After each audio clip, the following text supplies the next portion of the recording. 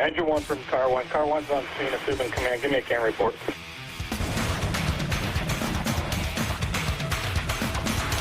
Thanks, Chris. Thank you, Mike. I appreciate it. It's great meeting you. Thanks for having me out. Absolutely. Everybody, welcome to the CAN Report. I'm here at the Northeastern Fire Summit in Wells, Maine. It is almost a full house. We got a lot of people going in and out. And I got a moment to talk with my man, Chris, here from truck company Manifesto. Yes, sir. Out of Rhode Island. Chris, real quick, why don't you tell me a little bit about yourself?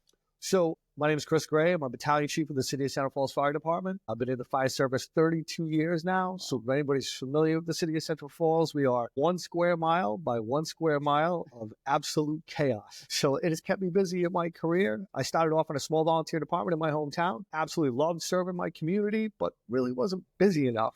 So I ended up moving on to the City of Central Falls, and boy, have I got my hands full. Been there a long time. We went through bankruptcy, one of the few fire departments in the country that had gone through financial issues and bankruptcy, destroyed our manpower. It was absolute disaster.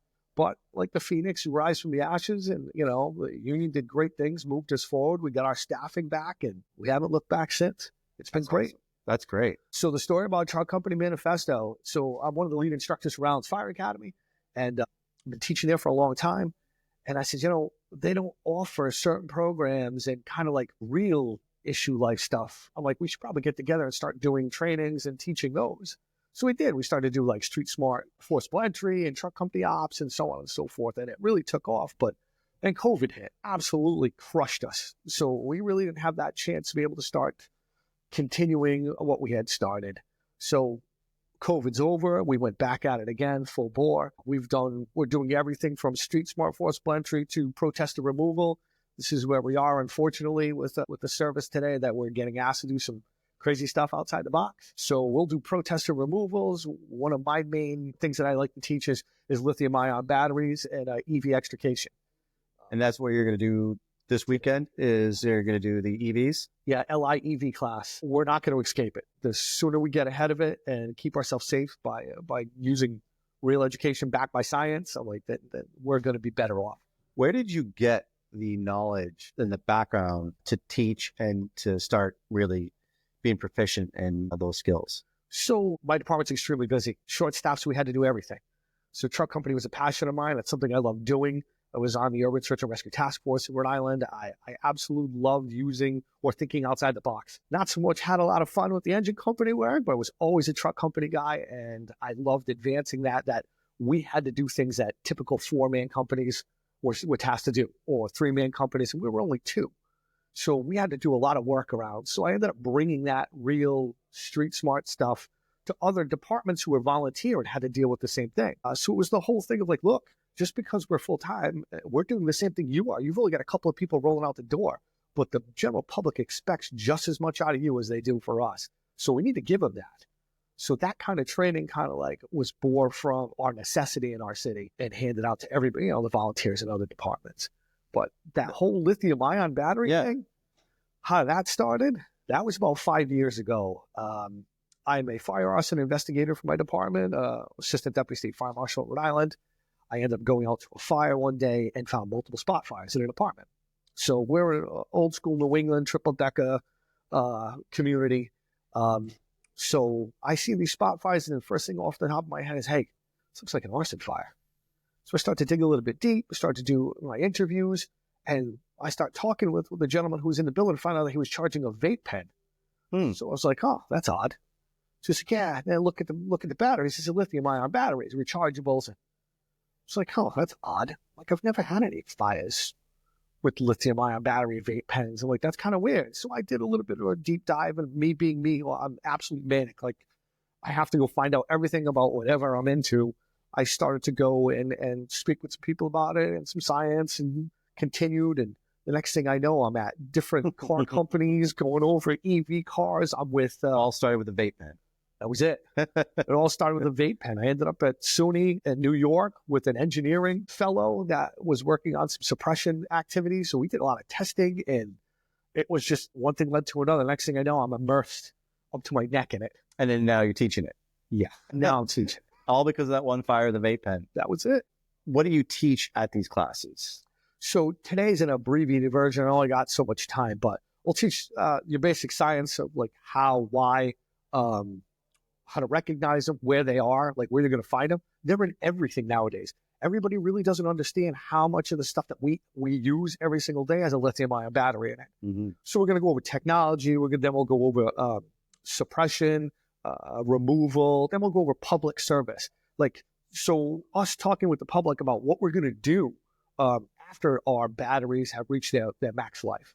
So I'll give you a quick example. Not too long ago, had a fire. It was a garbage truck, and the garbage truck had crushed a lithium ion battery inside of it because that's what was thrown out, shot a 4-foot flame into the hopper. Next thing you know, garbage truck's on fire. So we need to get with the public and talk with them about proper disposal of this so we can kind of avoid those issues. As you know, you can take a look at New York. FDNY is the leading edge right now. Yeah. Our city is not too far behind. We're a very impoverished city. So the government, for us in Rhode Island, started to give out rebates and discounts for e-mobility devices. So next thing you know, my city's inundated with them. You can also make quick money off of charging these. You said immobility devices? E-mobility. What are those? So those are electric scooters, electric bikes. Oh, okay. The unicycle, if you haven't seen those electric unicycles, you know, everything from a kid to a professional. I've got guys in suits wearing helmets with briefcases, run into the train every day with them. Yeah. So that's been a big issue for us. And we're starting to see this creep of all these different fires that we're having all throughout the state of Rhode Island that start from simple things as drill batteries all the way down to vape pens to just recently we had video gaming console remote that had the batteries in them, and it goes on and on and on, which leads you into EV because electric vehicles run off of lithium ion batteries. Yeah. So then that's a whole new ballgame on suppression and removal and hazmat. And what are some keys that you have for suppression side of it? Unpopular. So there's a lot of things that are out there, and all I ask is that you go out and vet those things. So, for example, I don't work for any of those companies I'm going to speak of, but like Bridge Hill Blankets, Fire Blanket, great to buy you a little bit of time for an EV fire, not meant to suppress it, but buy you enough time to set up and start getting some water. Mm-hmm. You know, we're of two schools of thought here. Do we have a life safety issue? Do we have a property issue? Right? If we do, we got to get in there and suppress it. I mean, we're up to 46,000 gallons. Foam is ineffective. There are some foams that are out there, but they're very expensive. And just do the same as fire. Yeah. So if we've got no life hazard or anything, it's a very unpopular opinion, but we let them burn. Press that smoke a little bit. A study just come out of Germany that states that ICE, meaning internal combustion engine vehicles, have more chemicals after they burn than, believe it or not, your EVs. Falling in those two categories and say, like, you know, we're going to let them burn. We're going to throw water on them. They'll run off. The study just came out saying they're pretty similar. Yeah. ICE was a little bit more. Yeah, I guess if they're on the side of a highway and there's no exposures, what's the emergency, I guess, right? What is it? It's not going to auto expose to something. Right. You're not endangering a house or any other structures. I mean, especially on the highways, again, like you can probably let that burn so you can actually just put out some of the hot spots. So extinguishment, you know, they do burn extremely hot. So you're talking about structural damage to bridges and so on and so forth. It's kind of a major concern. Sure. And then traffic, shutting down major thoroughfares like Route 95, which is a trade. Yeah. Those are the big issues, but suppression with water is where we're at right now. Europe is on the leading edge of everything right now when it comes to it. So they're using like a saber jet gun that they could shoot a stream of water that pierces the casing and goes into the battery so they can suppress it. That just started to come to America. There's several departments around the Midwest that we saw that's been using them. Somebody over here on the East Coast I was talking with the other day about it. I'm trying to get my hands on one so we can do some testing. That'd be fun. But that's where we're trying to move forward with that kind of suppression. Water. That's where we're at. Yeah. So you just don't teach that as well. Like you say, you teach forcible entry as well and other tactics. How did you get into, like, do you love teaching just forcible entry? Obviously, now you're doing electric vehicles because of the experiences you had with other fires. How did you, like, for your company, how did you also manifest that, if you will, manifesto? See what I did there? How did you manifest that into a company with all? Is it just you, or is it a bunch of other people? So I have a lot of other instructors that work for me from all different jobs, from major metropolitans all the way down to small towns that were involved in it. We all had the same thought process. Most of us ran short, and we had to come up with different ways, different tips and tricks. And NFPA, or IFSTA, I should say, is really just not on the leading edge of doing things. So we had to come up with our own tactics, and other departments came in mutual aid, or we brought them to other departments for training, and they were like, hey, we could use that. Hey, that kind of works. So we should probably try to implement that. We're not gimmicks. We don't do gimmick stuff. That is not us at all. We do stuff that we're doing in the street that's working for us every single day. Sure. And that's what made it so popular. That's what makes the classes so popular. And we can relate to even the volunteer departments. They understand. Sure. Now, so Truck Company Manifesto, you just said you teach all over. You're based out of Rhode Island? Yeah. And you'll go wherever? Wherever. Usually it's throughout New England is where we're delivering most of our stuff. And how many people do you have in for your cadre of instructors? I'm about up to 15. We just picked a gentleman up from Boston Fire, so we're about 15 now. Wow. And they're all New England based too, or are they also outside New England? No, mostly everybody's from New England. Okay. We have that New England. We're trying to keep that whole New England feel. Sure. Like nobody fights. I got to be, nobody fights fire like we do in New England. I'm sorry. Well, there's definitely different cultures of firefighting. When you go outside your state, you can see the difference. And it's not that there is nothing bad, right? There's just different ideas and the way we do things. New England is definitely a different style than it is in California or it is in Texas. And everyone's got their own aggressiveness and everyone's got their own tactics and operations. And like you mentioned before, we got triple deckers. Not a lot of people outside of New England has a lot of triple deckers they got to deal with, right? And then of course, I mean, there's plenty of people that get snow, but we got dark basements and then dealing with metal roofs and, in the wintertime. Those are a whole bunch of different beasts that we got to deal with than other parts of the state. Oh, absolutely. When you start talking about truck company operations like roof vent, that seems to be taboo for a lot of people now. They want to make that go away like the dinosaur. Yeah. And, that's our bread and butter operation. Coordinated tactical ventilation. It's been the way for years. Why are we going to change? And if you've noticed, for example, all the old timers, when we first started coming up, we listened to them. They really didn't know that science thing, but they knew it worked, what they were doing. Yeah. And all of a sudden, we put science to that. We realized, hey, you know what? They were right. They were right when they were doing a search and they closed the door behind them. Yeah. This is important. Yeah. This stuff's important. They finally put a science to it that we can start telling people, listen, they were on to something. Sure. We need to kind of follow that. You know what I mean? We don't want to forget that whole tradition, but they may not have known the science. We know it now. Right. They were just doing it because they knew that was their idea of preserving a room, or it wasn't ever spoken about. It was just literally just like, close that door behind you. Let's not get burnt. Yeah. Let's not smoke up this environment. Let's go search it. Yep, so, absolutely. Yeah. So Nozzle Ford, we were joking downstairs about it. I got an engine lieutenant. I'll give him a shout out. Danny Petrin, he's big fan. Should be up here at the fire conference. Couldn't make it this year, but Dan's a big fan. And one of his favorite comments in the engine company is water wins. Yeah. Water makes the problem go away. Yeah. Get that water on the base of the fire. Life's good. Yeah. But it used to be the old school thought process was you don't put water until you actually see the fire. Yep. Right. But now we know we can knock down that environment and make things a lot more tangible for everybody else.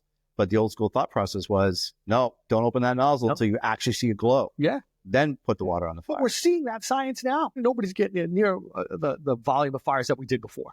We burned all the time, 80s and the early 90s, triple deckers, again, low income housing for us. And we were burning all the time. And we got to experience I got to experience a lot of good stuff in the beginning. A lot of that science in action, watching, how water works, and we're shooting in a hallway and, absorbing all those BTUs and cooling the environment as we're moving. I don't know anything about that science. Yeah. I got a guy behind me that's not even wearing an air packet. Can't get in there and go knock it down.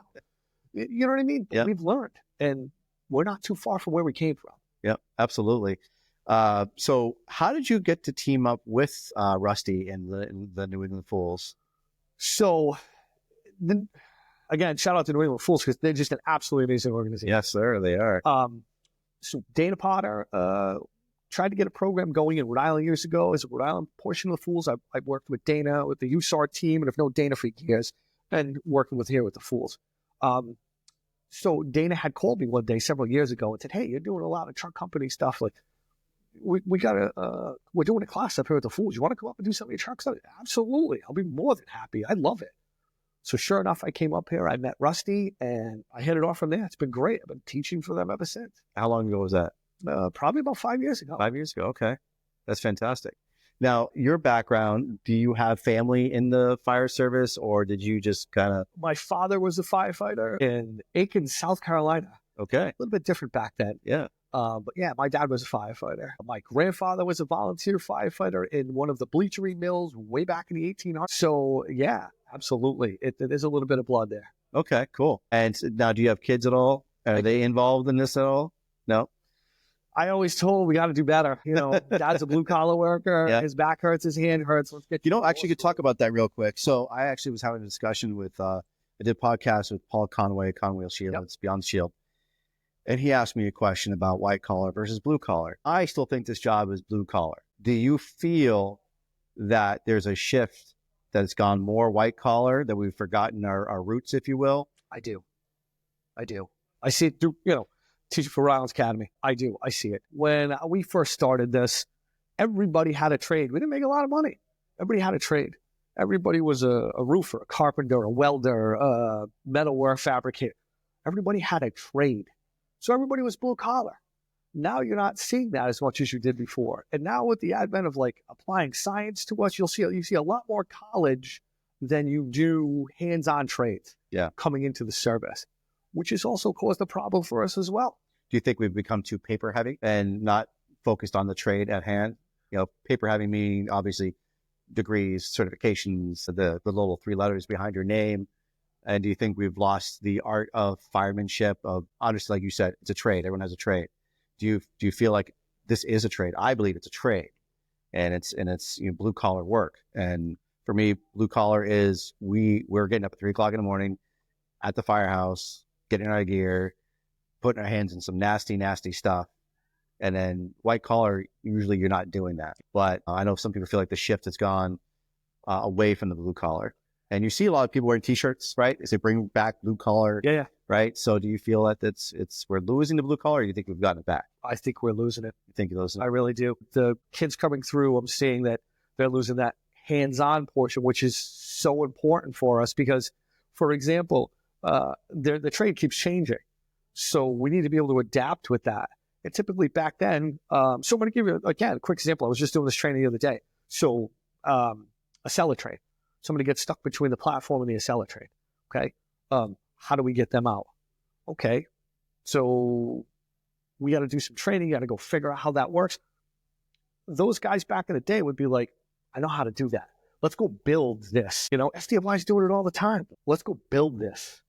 And then we'll be able to go and use this trial and error to help us. I'm not seeing that thought process, that hands-on process as much as I did before when I first started. And that affects us. Don't get me wrong, the white-collar aspect is important as well. We need to balance the two. But like you said, now things are also changing because we are doing batteries. Like we talk about like EVs. But we have now our chainsaws and our generators and our extrication tools are all battery powered, which is good.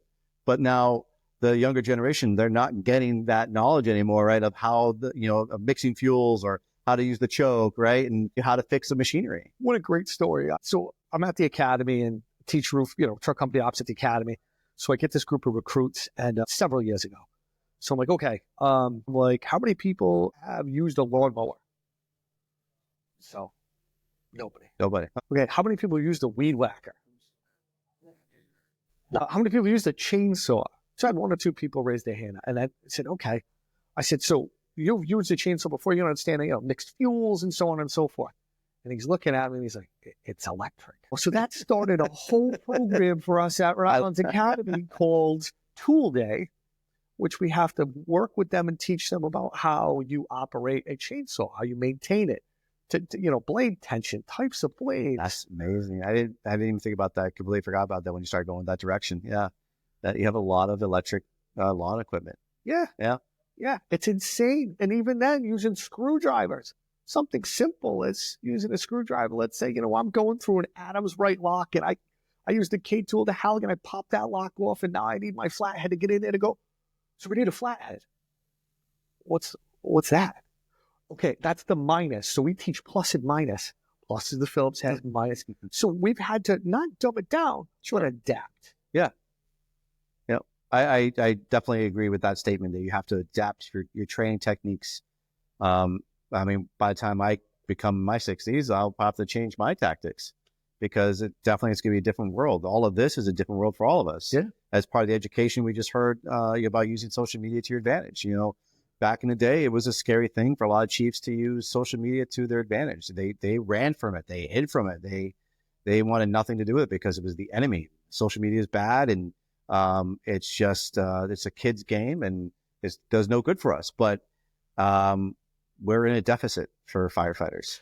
The comedy about that, again, all this stuff is beautiful. Like, I absolutely love that you're saying this, because you really have your finger on a pulse for what's going on with social media and with all of this. I always say in class when I'm teaching, I'm like, if we only used our powers for good with social media, yeah, I'm like, you imagine the reach that we can have? Because you also have to get to the public before anybody else does, because everyone has it in the palm of their hands now. Mm-hmm. And if the departments don't have their own videos up, or their own, their whatever they want to say about a fire or a rescue or something, and they are not using their social media to quickly get that out, everyone's going to form their own opinions. Yep. Or, I mean, it's horrible too, because you got social media that makes us look bad, right? So just a quick little snippet of somebody falling on the ground by accident, now that's going to get all around social media, and that one firefighter looks like a schmuck because he fell on the ground. But, you know, it could have been icy out. There could have been something that nobody else saw. We don't know what happened, but we, in our field now, have to get that message out. But we can use it, like you said, for good. Yeah. And for recruitment, right? Yeah. And to show people how great this job is and what our departments are like. And like I said, we are in a deficit of getting firefighters. And this is our recruitment tool. We need to get that word out and not be scared of social media. It is a scary place, but if you know how to use it, it can really work to your advantage. Absolutely. Use your powers for good. One of the things that, again, you'll hear me say today is technology has advanced to so much in vehicles that there's apps out there to help you with a lot of your EV and hybrid vehicles. And we push those apps because there's nobody anymore that knows every single shutoff, battery location, or cable. There's nobody. It doesn't happen. I'm sorry that it comes out too fast and we don't do it. So we have apps. And one of my things is GTS. I took it from an instructor that was at Syracuse's Heavy Rescue Conference a couple of years ago. GTS.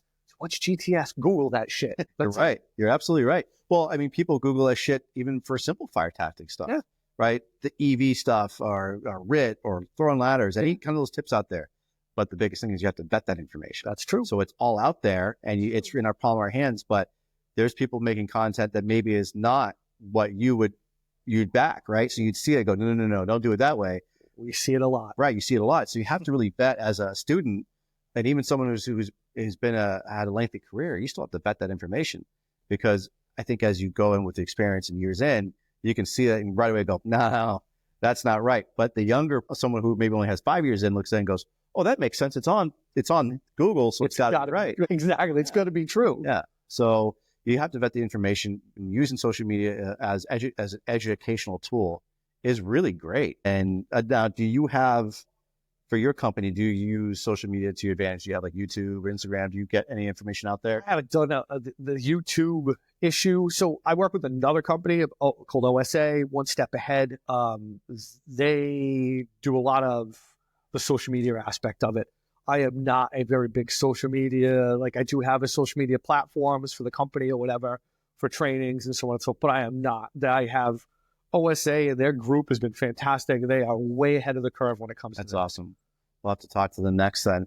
As we're winding down, you mentioned to me that in your years, 32 years, which is insane, is incredible. Thank you for being on for so long. You worked the station nightclub fire. Yes. And were you one of the first there? Were you one of the second third do? We were, from where my town is, where West Warwick is, it's on a good day, it's a 20, 25-minute ride in regular traffic. But because that incident needed so many EMS units, we were there probably in 15 minutes. But yeah, no, we were not the first. We were probably the 15th or 12th because they had called the whole state. Yeah. Yeah, that's a crazy event. How did you recover from that? Or do you still try to recover from that? I'm still recovering. Yeah. I don't want to put you on the spot if you don't want to talk about it. No, this year has been good. It's been really good. For years, I just stuffed it away because that's what you're supposed to do. Right. And, I just this past 2 years, I went and got help because I couldn't sleep anymore. Yeah. Insomnia was out of control. My home life was, constantly snapping with the kids and the family. And And that's when I realized, like, hey, I got to get some help. Yeah. My partner that night, as you and I were talking about before, he had several years ago tried taking his life. And that was a bit of an eye opener for me that, we had gone through responded to the same calls, that worked together and the same patients and everything. And we were together, working together in that town. And, he was feeling the same way that I did. It just, thankfully they got to him first before he could complete it. Mm-hmm. And he's doing great, 100% recovered. He's retired. He's moved on. He's, unfortunately, he remarried, which is great for him, but, it affected his home life. Yeah. How do you, for anybody because mental health is a big deal, right? And I talk about it a lot, and it's because it's so important. How do you cope with it? What were some tools that you could give to others that you've learned? And it doesn't have necessarily be the station fire, but what is it that you've had to cope with, or how do you deal with it?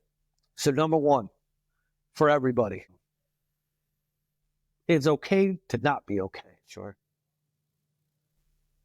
We're not machines. So understand that we're going to see some things and we're going to do some things, and it may not affect you today. It may catch you down the road, but it's okay not to be okay.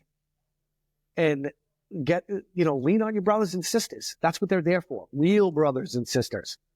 That's what they're there for, so that you can talk about it. In today's day and age, there's so many outlets for us to go and speak to people in mental health that don't not do that. We talk in the academy about it. That's one of the big things that we push in the academy is, we're going to see some shit, and it's going to affect you. And I don't care who you are, it's going to catch you at some point. Yeah. Okay. We can only run for so long. So understand that. Try to vent. If you're an officer, know your crew. I'm a battalion chief. I oversee my shift. Talk to my guys on a regular basis. If somebody's having a bad day, you need to talk to them. I don't care if they get mad about it. You need to talk to them. Yeah. Because that's the problem. We're not catching this. We've had a lot of suicides in the state of Rhode Island, the fire service, in the past couple of years. Yeah, I've been reading that. We got to do better. How do we do better? By reaching out? Reaching out. And again, like you said, understanding your crew. Yeah. Knowing those tales. That's your officer. That's your senior man. That's senior man or woman. Like I mean, because you're living with them. Yeah. So it's like knowing your wife or knowing your husband and knowing your daughter, knowing your son. Like, when something's bugging them, when something's wrong. And I think we're living with our crew 24, 48 hours, even sometimes 72 hours. Like, we call them our family. We call each other brothers and sisters. We should kind of be attuned to what their attitude is. If you see a shift in their attitude where usually they're happy, they love to come into work, and the next couple of shifts it's starting to decline, and they're becoming aloof, and they don't want to train with you anymore, and they stay in their bunk rooms, or when they go home, there's like, hey, see you next shift. No. Yeah. Maybe, I don't know. Those are and you blow up like, he's just having a bad day, but then that could be the last day because you didn't bother to say, hold on a second. This is not you. One of the big things for us in the fire service is that alcohol went hand in hand with our job. Yeah. We've always drank. That was our way of releasing, but it's not. I was in the pipe and drum band for years, and I can tell you we drank all over, but it just got to one day where you're like, why am I drinking? Is it because it's our tradition in our service, or is it because I'm trying to hide something? And I quit. And now I could socially drink and have a beer every once in a while, but I literally quit because I didn't like the person I was. Yeah. I didn't. That's amazing that you could find that out, that you were not that person you wanted to be. Yeah, no, it's a big deal. I have a great support system. That's what we talk about, like leading of brothers and sisters. Having a great support system at home is top notch. It literally is. My wife's a nurse. She's right on it. Hey, there's something wrong. Hey, you need to talk about this. Hey, you need to talk about this. Hey, we need to talk about this. It's important. And that's that great support system where we at the fire station or being at home. You got to have somebody that you can talk to. You got to get it off your chest. Even though we may be annoying at times about, the things we talk about, that's going to help us get that stuff off our chest so it doesn't build up. Yeah. Because you're right. We're losing too many. Way too many. We got to do better. We do. That's awesome, man. So where are you on to next? Do you have any other trainings lined up? Oh, boy. We just finished up active shooter a couple of weekends ago with OSA. And we're moving on to C.A.N confidence class. We'll be doing protester removal class coming up, I think, in May. We're working on securing another facility for that program. What else? We're going to be doing tech involvement classes because it's that time of year where it's nice outside, not like being up here with freezing cold. It's starting to get nice in Rhode Island again. So we'll be back into the burn buildings again and hitting it really hard. Nice. That's awesome. Well, Chris, thank you so much for being on the C.A.N Report. It was an absolute pleasure, my brother. It was great finally meeting you. Yeah, man, absolutely. It was fantastic. Make sure you check out Truck Company Manifesto. My man Chris out of Rhode Island, 32 years of experience. I hope you guys enjoyed this as much as I did. Make sure you get in contact with Chris, Truck Company Manifesto. If you ever want to get some outside training, he's a wealth of knowledge. His cadre is fantastic. Make sure you tune into the C.A.N Report. I appreciate you all. I love you all. Be safe. Nozzle top. Stay safe, guys.